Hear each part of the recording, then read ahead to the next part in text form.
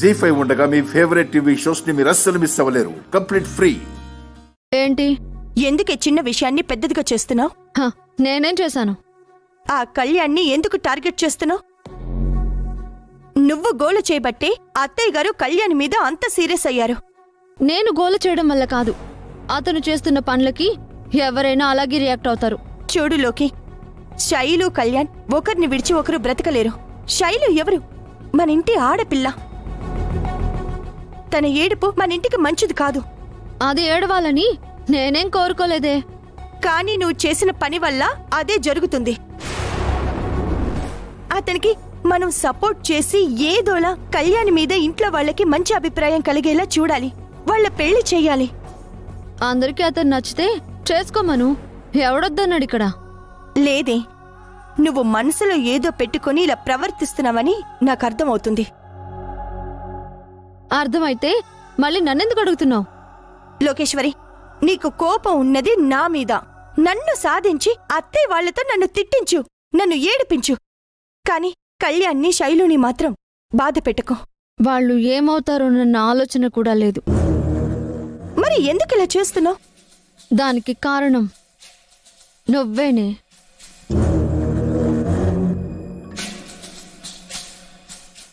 నేనా? అవును, నువ్వే.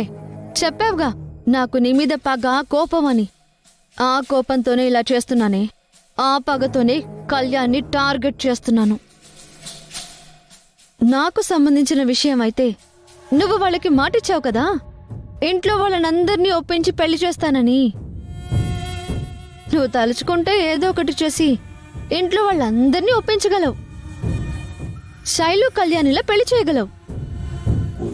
అలా జరిగితే నువ్వు మాట నిలబెట్టుకున్న దానివవుతావు, గెలిచిన దానివవుతావు. నువ్వు గెలవడం నాకు ఇష్టం లేదు.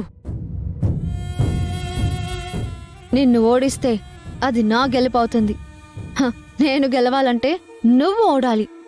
నువ్వు ఓడాలి అంటే నువ్విచ్చిన మాట నెగ్గకూడదు.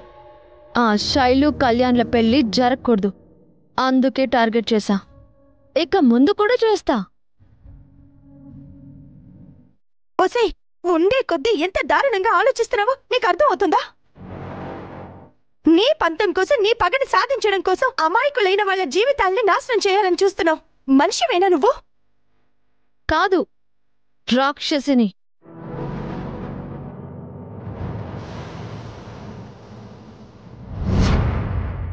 నీ పాలిట యమదూతని.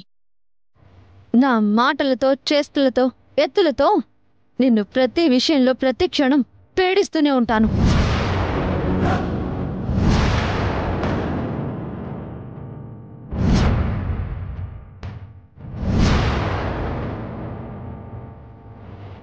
సరే, నీ పంతం నీకు ముఖ్యమైతే నేనిచ్చిన మాట నాకు ముఖ్యం. అయితే వాళ్ళకి పెళ్లి చేయాలనుకుంటున్నావా? నువ్వు ఆపగలను అనుకుంటున్నావా? ఆపుతాను. ఇంకో జన్మెత్తాలి నువ్వు.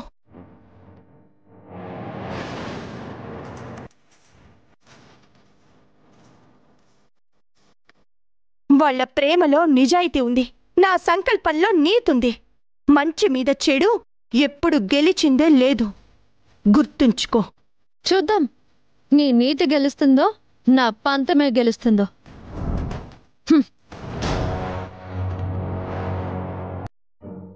ఇవన్నీ కాదురా. ఎవరు ఏమనుకున్నా సరే, కుటుంబం పరువు పోయినా సరే, మనం బయటకు వెళ్ళిపోయి పెళ్లి చేసుకుందాం. అయితే వెళ్ళి పెళ్లి చేసుకో శైలు.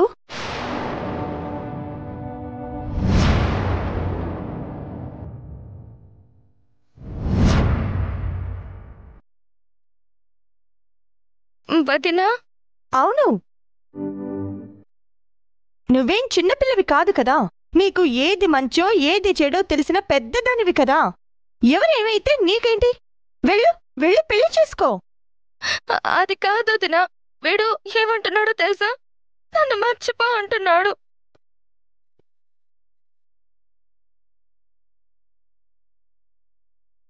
నన్నందరూ అవమానిస్తుంటే తను బాధపడుతుందక్క.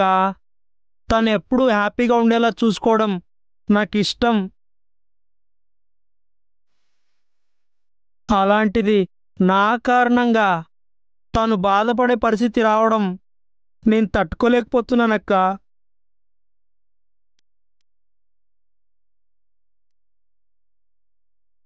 నువ్వు బాధపడితే అది చూడలేదు, ఇది బాధపడితే నువ్వు తట్టుకోలేవు.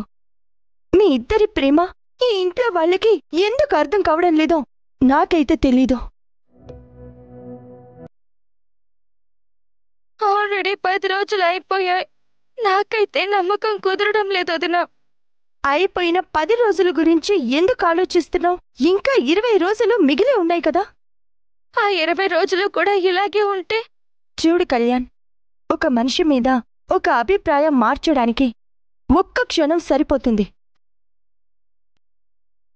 కానీ అతన్ని పూర్తిగా అర్థం చేసుకోవడానికి కొంత టైం పడుతుంది, కొంత జర్నీ అవసరం పడుతుంది. నా అంచనా ప్రకారం అత్తయ్య గారికి లోకేశ్వరికి తప్ప కళ్యాణ్ మీద బ్యాడ్ ఒపీనియన్ ఎవరికీ లేదు. లేదు అని నువ్వు అంటున్నావు. మా పెద్దమ్మ సంగతి వదిలే. నేనంటే ప్రాణం ఇచ్చే మా అన్నయ్యలు కూడా నన్ను అర్థం చేసుకోవడం లేదు.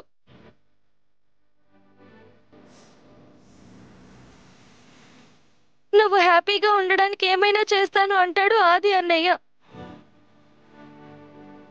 నేను వీడిని ప్రేమించాను, వాళ్ళు లేకపోతే బ్రతకలేను అంటే మాత్రం ఎందుకేం మాట్లాడ్డు? మీ అన్నయ్యని నువ్వు తప్పుగా అర్థం చేసుకుంటున్నావు శైలం. ఆయన వాళ్ళమ్మ మాట కాదనలేక ఆవిడికి ఎదురు చెప్పలేక మౌనంగా ఉంటున్నారు, కానీ ఆయన ఎప్పుడూ నీ మంచి కోరుకుంటారు. ఆయన మనసు ఏంటో మీ అందరికంటే నాకు బాగా తెలుసు. అనవసరంగా పిచ్చి పిచ్చి ఆలోచనలు పెట్టుకొని ఇద్దరు మనసు పాడు చేసుకోకండి. నేనున్నాను కదా, సరేనా? నేను చూసుకుంటాను.